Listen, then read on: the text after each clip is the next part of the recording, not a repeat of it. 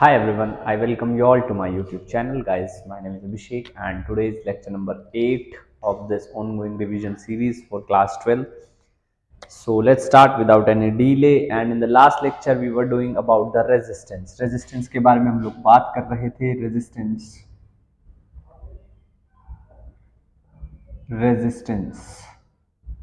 Resistance के बारे में हम लोग बात कर रहे थे. And from Ohm's law V is equals to I R which is the scalar form. R is equals to rho L upon A. तो आज थोड़ा सा रेजिस्टेंस के बारे में बात करेंगे. सी रेजिस्टेंस इज समथिंग जिसके क्रॉस आपको आउटपुट मिलता है. यस, रेजिस्टेंस के cross what you guys will get, you will get the output, और वो जो आउटपुट है that output is utilized to get whatever specific help we want from that particular appliances. तो चलिए देखिए, अब R is basically rho L upon A. Rho L upon A. Rho is specific resistance. Rho is specific resistance. Rho जो है वो specific resistance है. Next important point is L. L is length. L is length. A is area. So eventually resistance depend on three things, actually two: nature of the material. What is the specific nature of the material? The first thing, nature of the material, the very first thing. Second one is dimension. What are the dimensions of the medium material? अगर length double होती है तो resistance कैसे change होगा, area double होता है तो resistance कैसे चेंज होगा, all these factors. And from there remember rho is equals to R A upon L. But that doesn't mean कि जो स्पेसिफिक रेजिस्टेंस है जिसको हम रेजिस्टिविटी बोलते हैं वो मीडियम पे डिपेंड करेगा. नो अगर आप रो को ध्यान से देखेंगे तो कल मैंने आपको बताया था rho is n E square tau upon m. See this. So rho only depends on the nature of the material. जो मटेरियल का नेचर है रो केवल उस पर डिपेंड करेगी, इस बात से कोई फर्क नहीं पड़ता है कैसा भी. Rho is n E square tau and in the same way conductivity is m upon n e square tau. That is what conductivity is about. Now next important point is, अगर मैं थोड़ा सा और स्पेसिफिकली बात करूं R के बारे में. So if a wire is cut down, if a wire is cut down into pieces, अगर आप किसी वायर को पीसेस में कट करते हैं, let's say into different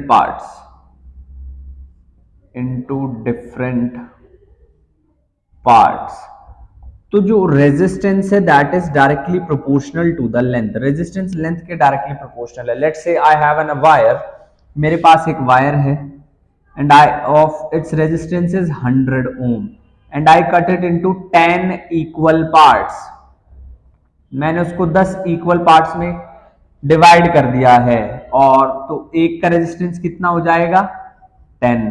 क्योंकि R जो है ना वो लेंथ के डायरेक्टली प्रोपोर्शनल है. एरिया से यहाँ पे कोई इंपैक्ट नहीं पड़ेगा. इंपैक्ट किस चीज से पड़ेगा? इंपैक्ट पड़ेगा लेंथ से.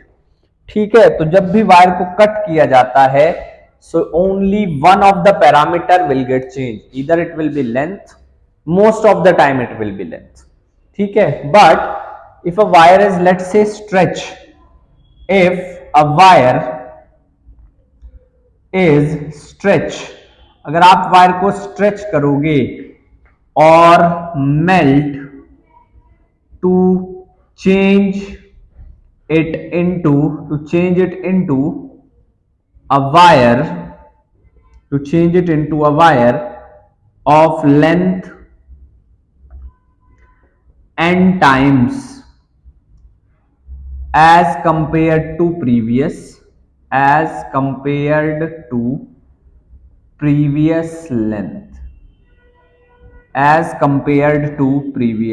पिछली लेंथ के कंपैरिजन में इस बार जो लेंथ है दैट बिकम्स n टाइम्स, चाहे वो n टाइम्स बड़ी हो गई है चाहे वो n टाइम्स छोटी हो गई है. So from law of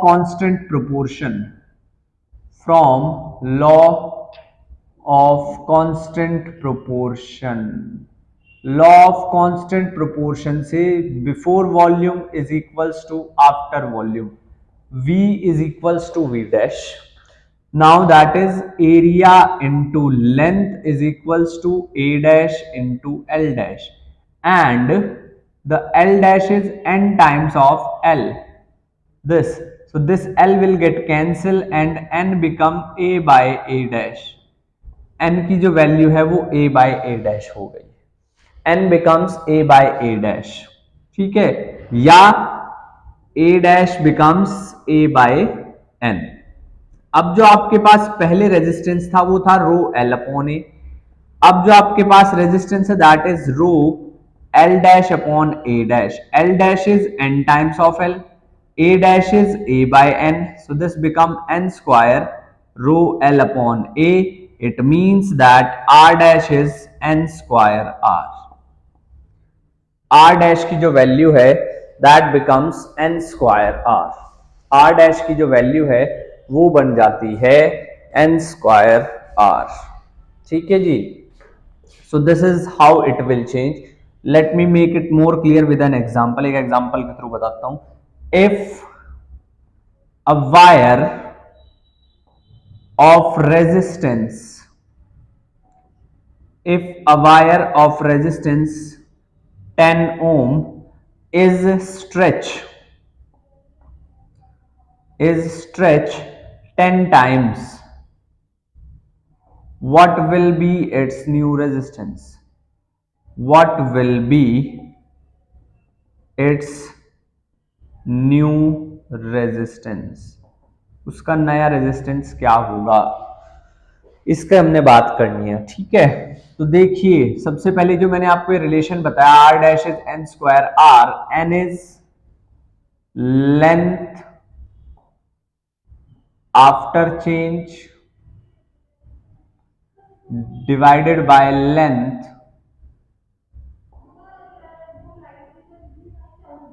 before change, length after change divided by length before change. अब आफ्टर चेंज लेंथ जो है वो 10 गुना हो गई है, तो आपके पास n आ जाएगा 10/1, यानी कि n की वैल्यू आपके पास आ गई है 10. तो आपके पास जो r आएगा दैट विल बी 10 का square r dash into r, और r डैश की वैल्यू आपके पास आ जाएगी 100 इंटू 10, तो r डैश आपके पास आ गया है कितना, 1000 ओम. इस तरीके से जरूरी नहीं है हर बार लेंथ बढ़ेगी, लेंथ कम भी हो सकती है, ठीक है. हमने मेल्ट करके उसे हाफ लेंथ का कर दिया तो क्या होगा. चलो एक और देखो. If a wire melt and reduced to half of its length, half of its length, एक वायर था जिसको मेल्ट करके रिड्यूस कर दिया हाफ ऑफ इट्स लेंथ, ठीक है. If its resistance is 20 ohm earlier,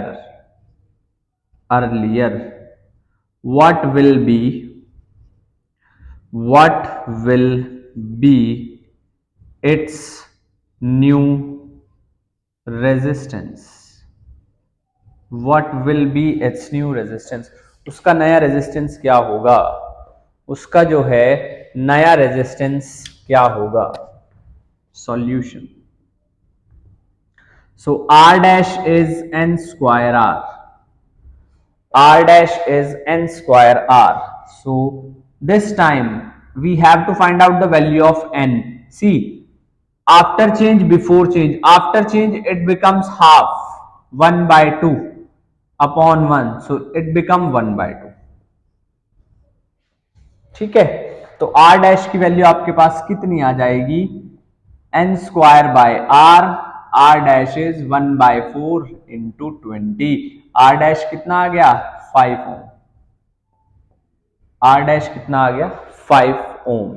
r dash की जो वैल्यू आई है हमारे पास that comes out to be 5 ohm. तो ये सिनेरियो है अगर मेल्ट या स्ट्रेच हो रहा है या कट हो रहा है. कट में तो सिंपल आ जाएगा, उसमें कोई फर्क नहीं पड़ता, ठीक है जी, क्लियर है बात।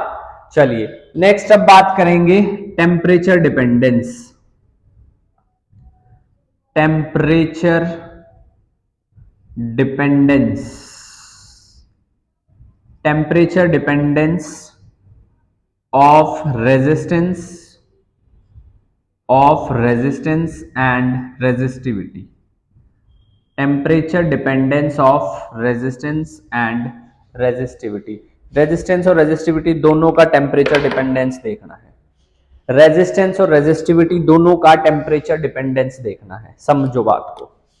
हमारे पास R जो है वो होता है रो L अपॉन ए, यानी कि N E square tau M A upon L. This is R. अगर मैं सीधे सीधे आर का फॉर्मूला लिखता हूं, अब यहां पर just look at the parameters. किन किन पैरामीटर्स पे डिपेंड कर रहा है? Number of electrons, charge on one electron, relaxation time, length, mass, area.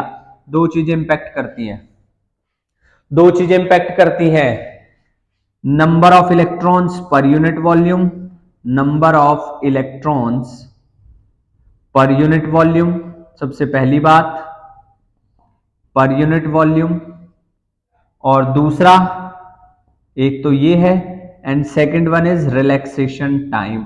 These two parameters are affected most by the temperature. बाकियों पे कोई इंपैक्ट नहीं पड़ता। इन दो के बेसिस पे वी हैव टू डिफाइन की जो रेजिस्टेंस है, how it will depend on the temperature. In case of conductor, what could be the specific behavior? In terms of semiconductor, what could be the specific behavior? So that what we have to find out. Just 1 second.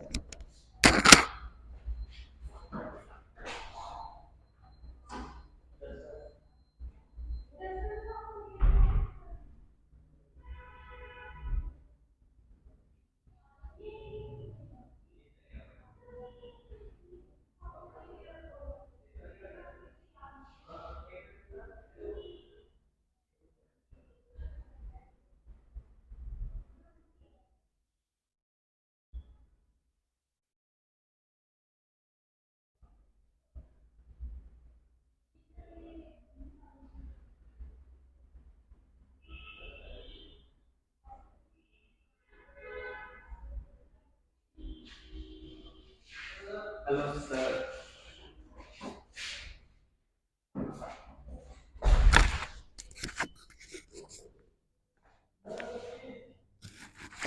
चलिए now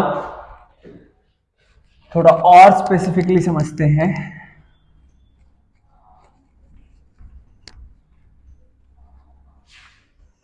अब देखिए relaxation time कैसे impact करेगा for conductors. Conductors के लिए n is very large, 10⁻⁻29 पर metre cube. n की जो वैल्यू है, नंबर ऑफ इलेक्ट्रॉन्स जो है वो बहुत ज्यादा होते हैं फॉर कंडक्टर्स। तो जैसे जैसे टेम्परेचर बढ़ेगा वैसे वैसे इसमें चेंज तो आएगा, पर इतना अप्रिशिएबल चेंज नहीं आएगा as compare to this relaxation time decrease. ठीक है जी, रिलैक्सेशन टाइम जो है वो डिक्रीज होगा। तो रिलैक्सेशन टाइम डिक्रीज होगा और number of electrons, I am sorry मैं उल्टा बोल गया, इसमें अप्रिशिएबल चेंज आएगा। तो रेजिस्टेंस जो है इसमें भी ये डिक्रीज होगा और ये इंक्रीज होगा।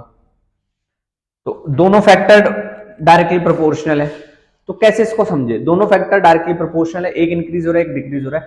इसका इंक्रीज इसके डिक्रीज से बहुत ज्यादा होगा।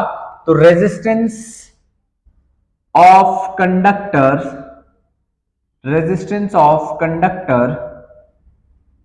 increases resistance of conductor increases with increase in temperature।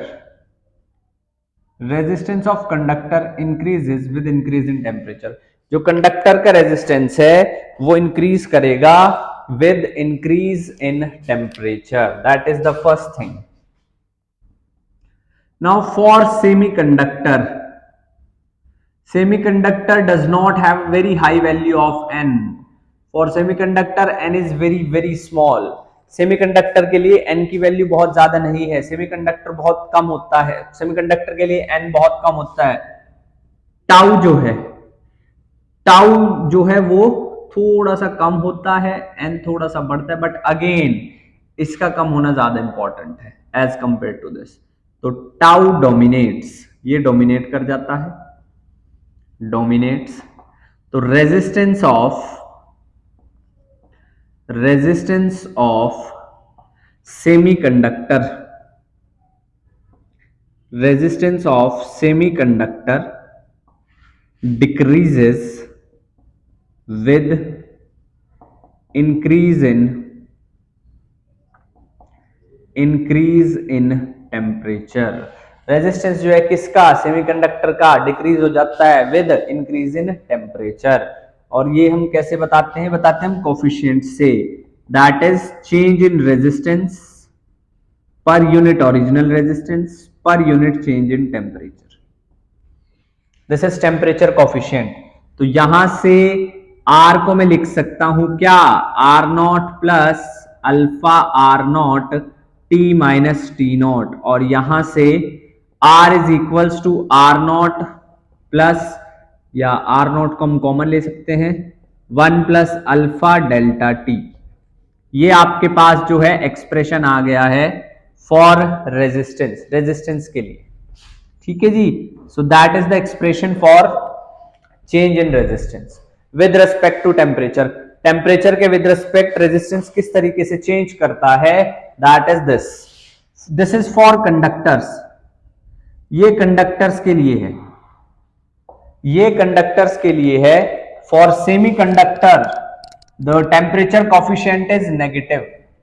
Semi conductor के लिए जो टेम्परेचर कॉफिशिएंट है for semiconductor, for semiconductor temperature coefficient, temperature coefficient is negative, which means R is equals to R naught 1 minus alpha delta T. And for alloys, R is almost same as R naught. इतना appreciable change नहीं आता है, इतना appreciable change नहीं आता है। And if I have to prove it like with the help of a diagram, for conductor, for semiconductor, for alloy, for conductor, for semiconductor, for alloy, इस तरीके से, ये इस तरीके से आता है कुछ, जी हां इस तरीके से आता है कुछ। अब आपके पास R is equals to R not 1 plus alpha delta T, ये है, और R की वैल्यू होती है rho L upon A, that is rho not L upon A 1 plus alpha delta T. तो यहां ध्यान से देखिए, एल ए से एल ए कैंसिल, रेजिस्टिविटी का पैटर्न भी सेम ही रहता है। सी, जिस तरह रेजिस्टिविटी सिर्फ और सिर्फ नेचर ऑफ द मटेरियल पे डिपेंड करती है, वैसे ही कंडक्टिविटी भी सिर्फ नेचर ऑफ द मटेरियल पे डिपेंड करती है और किसी चीज पे डिपेंड नहीं करती। चलिए let's move to the next, आगे बढ़ते हैं, कॉम्बिनेशन की बात करते हैं। थोड़ा सा आई नो इस सिलेबस में नहीं है, बट आपको समझ में आना चाहिए, तभी आप जो है सेल समझ पाओगे। मैं एक छोटा सा आपको रिकैप दे देता हूं, कुछ points. In series current across each resistor, current across each resistor is same. Series के अंदर हर एक रेजिस्टर से करंट जो है वो सेम फ्लो होता है। In parallel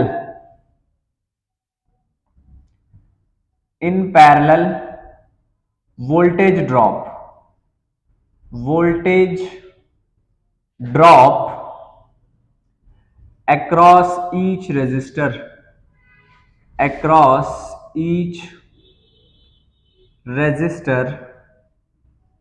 is same. हर एक रेजिस्टर के अक्रॉस वोल्टेज ड्रॉप सेम। तो अब यहाँ पे आर इक्विवेलेंट कितना बैठेगा ये भी समझ लो। R equivalent in series, R equivalent in series is R1 plus R2 plus R3 R4, चार है suppose, R1 plus R2 plus R3 plus R4, R equivalent parallel, R equivalent parallel R1 R2 दो के लिए लिख रहा हूं R1 plus R2। तो ऐसा नहीं है कि मतलब सिलेबस में नहीं है, बट ये बेसिक बातें पता होनी चाहिए, आपने क्लास 9th में भी पढ़ी है, आगे काम भी आएंगी। ये बातें आपने क्लास 9th में भी पढ़ी हैं और आगे काम भी आएंगी। अब मैं थोड़ी सी बात करूंगा बैटरी, बैटरी थोड़ी सी बात करेंगे बैटरी के बारे में। बैटरी के बारे में, बैटरी में क्या होता है, दो फिनोमिना होते हैं। एक सबसे पहले बात शुरू होती है केमिकल रिएक्शन से, everything starts from chemical reaction, सब कुछ स्टार्ट होता है केमिकल रिएक्शन से। And second is electric force, second is electric force, everything start from chemical reaction and second is electric force, electric force के through. तो सबसे पहले देखिए जरा केमिकल रिएक्शन में, सेल तो आप सबने केमिस्ट्री में पढ़ा ही होगा। There are two electrodes and this is electrolyte, electrolyte, electrolyte की वजह से, डिस्प्लेसमेंट रिएक्शन की वजह से ion start moving toward this positive ions, और यहां पे आ जाता है पॉजिटिव चार्ज, यहां पे आ जाता है नेगेटिव चार्ज। ठीक है, because of chemical reaction, chemical force, positive ions move toward the opposite terminal and that's why एक तरफ इट्स पॉजिटिव चार्ज ऑलरेडी, दूसरी तरफ it's negative charge already, and because of that chemical force इस तरफ लग रही है कि इलेक्ट्रिक फील्ड सेटअप हो जाता है, इलेक्ट्रिक फोर्स इस तरफ लगेगी, इस तरफ लगेगी। And at equilibrium, at equilibrium, equilibrium का मतलब है when no current flow through the battery, जब बैटरी के अक्रॉस किसी तरह का कोई करंट डिस्चार्ज नहीं हो रहा है, उस पॉइंट को हम इक्विलिब्रियम बोलते हैं। At equilibrium Fe is equals to Fc, Fe is equals to Fc and that is basically इसको हम बोलते हैं EMF। पोटेंशियल कितना है, EMF, electromotive force, electromotive force, EMF, electromotive force. वैसे तो ये पोटेंशियल डिफरेंस है, आई डोंट नो इसका नाम फोर्स क्यों रख दिया है, it is still a potential difference, that is, यहां लिख रहा हूं potential difference, potential difference across the terminal, potential difference across the terminals of the battery when no current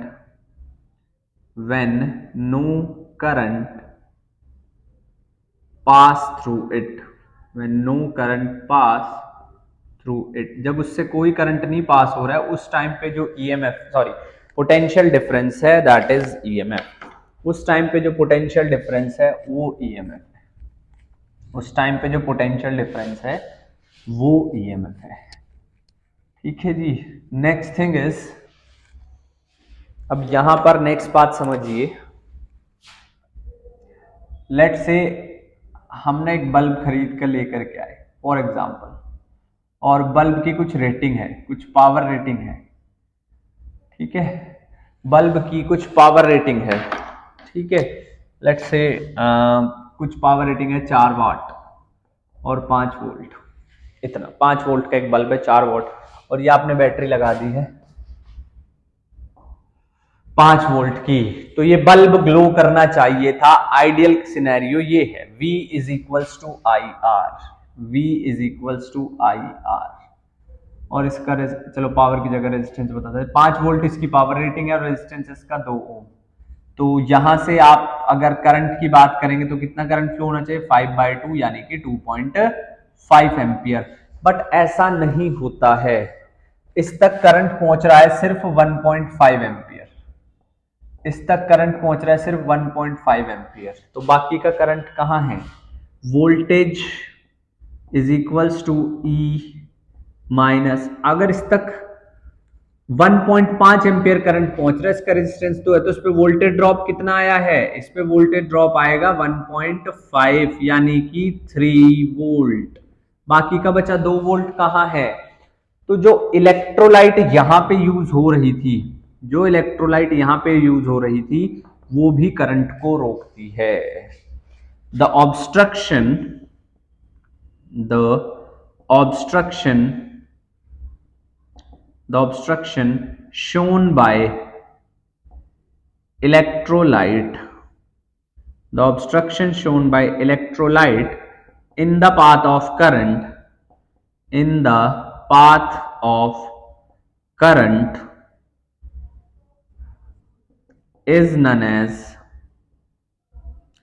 internal resistance, उसको हम बोलते हैं इंटरनल रेजिस्टेंस, उसको हम बोलते हैं इंटरनल रेजिस्टेंस। जो रुकावट करंट के रास्ते में वो शो करती है उसको बोलते हैं इंटरनल रेजिस्टेंस। जी हाँ, we call it as internal resistance. Next thing है, तो आपके पास सिनेरियो ये है, V is equals to E minus I R, V is equals to E minus I R, इतनी वोल्टेज से मिलेगी।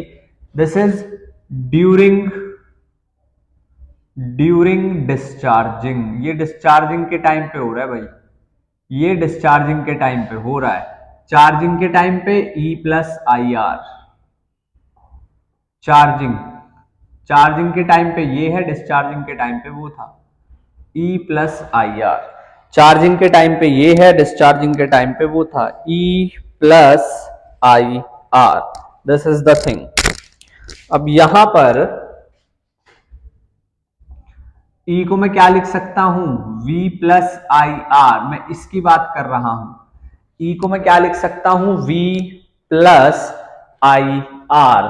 तो यहां से अगर आप V की वैल्यू लिखोगे तो E plus capital R plus E R. Current अगर हमें निकालना है E प्लस आर, और ये मैंने तब यूज किया जब एक ही बैटरी लगी हुई है। एक से ज्यादा में तो कैसे होगा वो भी हम सीखेंगे। That is just for the one single battery, एक सिंगल बैटरी के लिए ये है। अगर एक ही बैटरी लगी हुई है, एक से ज्यादा बैटरी लगी हुई है फिर नहीं, फिर उसके लिए हमें अलग से कॉम्बिनेशन पे जाना पड़ेगा। ठीक है, तो दिन बहुत कम रह गए हैं। Yes, days are very less has been left and अब समय आ चुका है। ऑल्दो समय बहुत पहले आ चुका था, बट स्टिल जिन्होंने अभी तक नहीं शुरू किया अब शुरू कर दीजिए। This is the time. And झूठ बोलते हैं वो लोग जो कहते हैं कि +2 मैटर नहीं करती, बहुत मैटर करती है। ठीक है, जितना अच्छा आप +2 में परफॉर्म करेंगे उतना आपका कॉन्फिडेंस बढ़ेगा and competition day by day बढ़ता जा रहा है। This is not some sort of warning, and without education you can't do anything in a more effective, more efficient way. मेहनत दुगनी करनी पड़ेगी जहां पे भी जाओगे। एजुकेशन में तो मेहनत करनी पड़ेगी because this is the very first step for your social development, ये सबसे पहला स्टेप है। तो एजुकेशन को प्रायोरिटी बनाइए। जितने भी स्टूडेंट्स हैं, ये शो ऑफ करना, ये घूमना फिरना, इट्स गुड, कीजिए, but your priority should be education. A well educated person is has more chances of being successful as compare to a talented one. ठीक है, तो with that this Abhishek, see you in the next video. पढ़ाई जरूर जरूर जरूर करते रहें because that will help you immensely. So thank you so much. जय हिंद।